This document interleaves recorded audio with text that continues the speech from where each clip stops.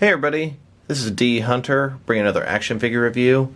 Today, we're going to be looking at the Hasbro G.I. Joe Classified Series 6-inch scale Gung Ho action figure.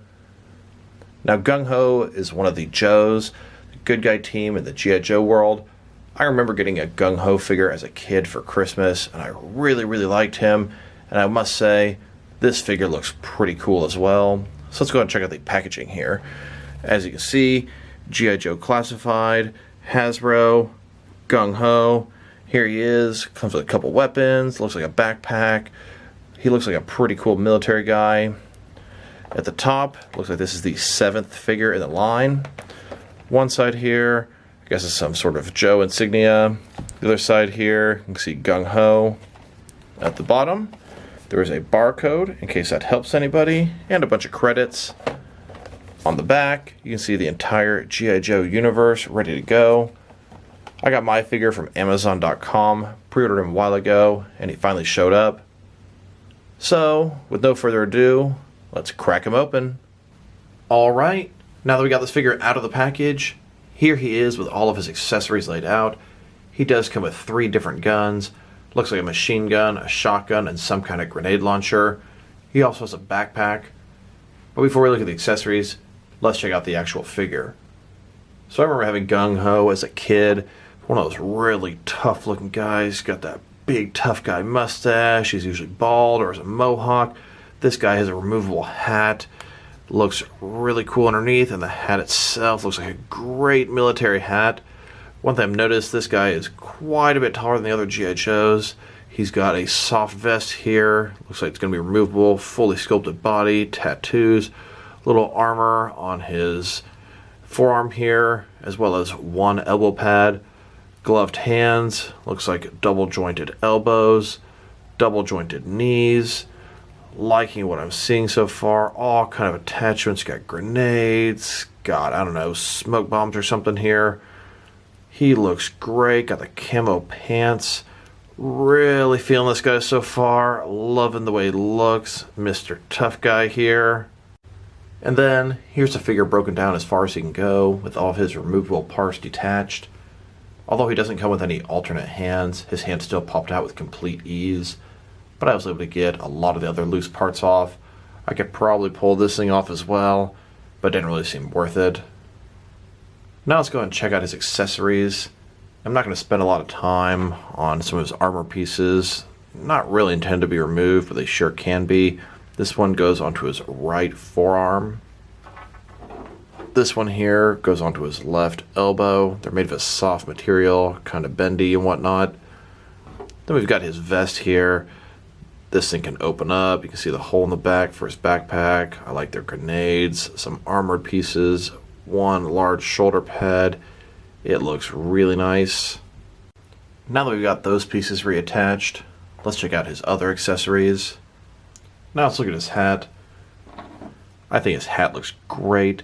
It's painted in that military green color. It's got some nice sculpting detail on it. You can see wrinkles along the side. Some sculpting in the bill at the front there. Almost looks like it should have a little bit different paint on that stripe across the base. There's that little square at the front. That's my biggest complaint about these G.I. Joe accessories. They look great. The detail and sculpt is there, but they make them all one color, and it loses a lot of the detail that way. Overall, it's a really nice hat. I wish I had a couple more like this. Here he is with his hat off, and I must say, his mohawk looks very nice. You can see all the little sculpting details, all the different hairs on there. Very pleased with what I'm seeing there. And here he is with his hat on, and if you think he looks good with his hat off, I think he looks even better with his hat on. Now let's check out his backpack.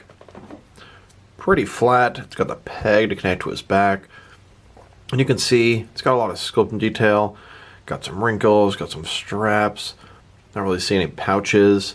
But once again, they casted it all in one color, and that just loses some of the details. It looks like it has these slots on the side and the bottom that are presumably going to hold all 3 of his weapons. Here he is wearing his backpack. Now let's check out his guns. Here's his shotgun. I can see some nice scope and detail on the handle, at the base where the pump is, at the top. But once again, it's all casted in solid gray, losing some detail there. Then we got his little machine gun here. Similar scope and detail and similar lack of paint detail. Then we've got what I assume is some kind of grenade launcher. You can see down here what I assume is a rotating grenade holder. Here he is holding his shotgun, then holding his machine gun, and here he is holding his grenade launcher. Here are all three of his guns attached to his backpack. I don't think I'm attaching the grenade launcher properly at the bottom, but any way it could attach, it looked funky. I will say either side is not the same. The one on the left here is a little bit thicker for the shotgun. The one on the right here is a little bit thinner for his machine gun. I love being able to stow away all of his weapons at the same time. Now that we've taken a pretty good look at both the figure and his accessories, now let's check out his height. And I will say Gung Ho here is way bigger than some of the other G.I. Joe figures that I have. From bottom to top, he's sitting at about 6.8 or 6.9 inches, which is going to translate to a little over 17 centimeters. Now let's check out his articulation. Starting with his head here, of course, it can rotate from side to side. You can look down all the way and up quite a bit as well. He also has articulation at the base of the neck, kind of allowing him to rotate himself around. Pretty impressive range of motion in the neck and head area. Shoulders on a ball joint, they can go up more than 90 degrees. Pretty nice, up, down, around, all that good stuff. He's got a butterfly joint here, giving him even bigger range of motion. Bicep cut below that. Double jointed elbows below that. His wrist here can rotate, and it's going to be hinged as well. He's got an ab crunch. Really lets him go forward and back a lot. He's got a ball joint down here. Rotate around and just does so much. Legs completely do the splits on ball joint here. They can go forward about that far, back not at all. It does kind of have drop down hips. They can kind of go up and down some. Got a thigh cut here.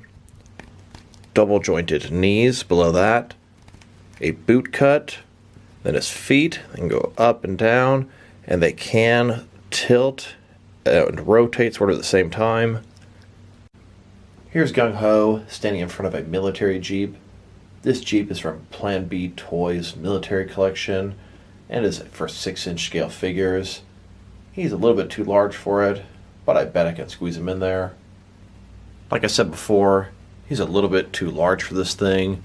Luckily the steering wheel is removable. I was able to take that out, put him in, and put the steering wheel back in. Although I think he's a little bit better suited using the mounted gun on the back. And I actually have 3 of these Jeeps from Plan B Toys, and that works great as we are starting to amass quite a few Joes. Next, let's check them out compared with some other action figures, starting off with some other G.I. Joe figures. Here he is next to all the other Joe figures that I have. I do also have the Target Roadblock coming soon. He is so much bigger than them, and he could just be a big, strong guy, but he's almost the 7-inch scale compared to their 6.5-inch scale. I'm actually very fond of how large he is. I think it works great for Gung Ho. And here he is next to the only Cobra figure I have so far. I'm really hoping to find the original Destro, the Target exclusive Baroness, and a couple of Target exclusive Cobra Troopers. If anyone happens to see any of them, drop me a line in the comments. You might be able to help me out. Here he is with a bunch of other figures I thought might work good as some extra Joes, maybe some background Joes. On the left, we've got some Jazzwares Fortnite figures, then a Marvel Legends Captain America figure, and then after Gung Ho, we've got a couple of Mattel Multiverse Suicide Squad Rick Flag figures in military gear, and then a couple of McFarlane Call of Duty figures. Now Gung Ho is larger than all these guys, but they fit in pretty good with the rest of the G.I. Joe line. Here he is next to some NECA Predator figures. We've got Dutch and his extraction team from the first film. On the left, we've got the official releases, Dutch and Hawkins. On the right, a couple of customs I made of Billy and Dylan. Now Gung Ho maybe is a little bit too small to be with these guys, but he's so large that he almost fits in with these NECA figures. I was thinking about getting a second one to customize into a Blaine figure from Dutch's team. I actually already started customizing this Blaine figure many years ago. I stopped, and hopefully one day I'll go and finish him. But you know what? Size-wise, they're pretty similar. I think he would work great for your 7-inch collection or your 6.5-inch collection. And now, let's check him out compared with some other action figure lines from different various companies, so you can see how he fits in both scale and style-wise in case you want to know which lines you can mix him with. I'll start my comparisons with smaller lines and make our way larger as we go through. Here he is next to some Jazzwares Fortnite figures. And here he is next to some SH Figure Arts action figures. Then here he is next to some of his Hasbro brothers from the Marvel Legends line.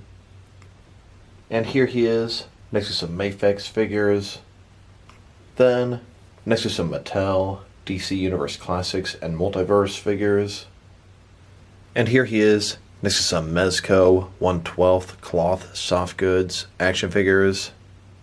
Then next to some Mattel wrestling figures. And now next to some NECA figures. And here he is next to some DC Direct and DC Collectibles figures. Then with some McFarlane toys. And finally, here he is with some DST or Diamond Select toys. So overall, this figure is very nice. His sculpt, paint job are excellent. His articulation is even better than excellent. His accessories are a little on the weak side, mainly because of the dull paint jobs on the backpack and the guns. A little bit of paint variation would really bring out those sculpting details. I must say, I really like his height. He's bigger than some of the other G.I. Joes, and that makes him fit in even better with my overall action figure collection.